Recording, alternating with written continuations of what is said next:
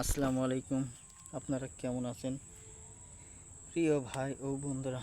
আশা করি সকলেই আল্লাহ তাআলা অশেষ রহমতে ভালো আছেন। তো আজকে সবজি গাছ নিয়ে আলোচনা করা হবে।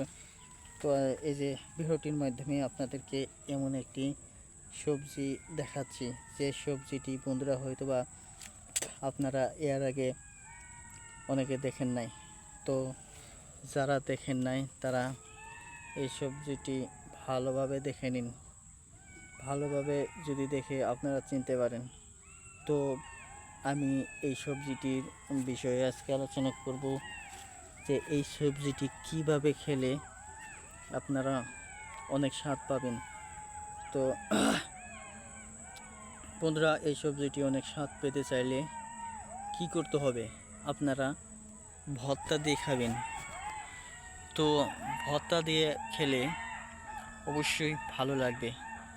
তো তার কারণ হচ্ছে আমরা ভর্তা দিয়ে কিন্তু খেয়েছি, সেই জন্য বলতে পারছি যে স্বাদ লাগে। তো শুধু ভর্তা নয়, রান্না করেও খাওয়া যায় এই সবজিটি।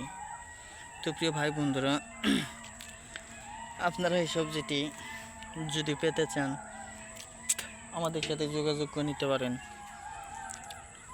কিংবা আপনারা আপনাদের অঞ্চলে কৃষকদের সাথে যোগাযোগ করে এই সবজিগুলো কিনে নিতে পারেন। তো নিজেরাও কিন্তু রোপণ করে নিতে পারেন বাড়িতে। ধন্যবাদ আপনাদেরকে।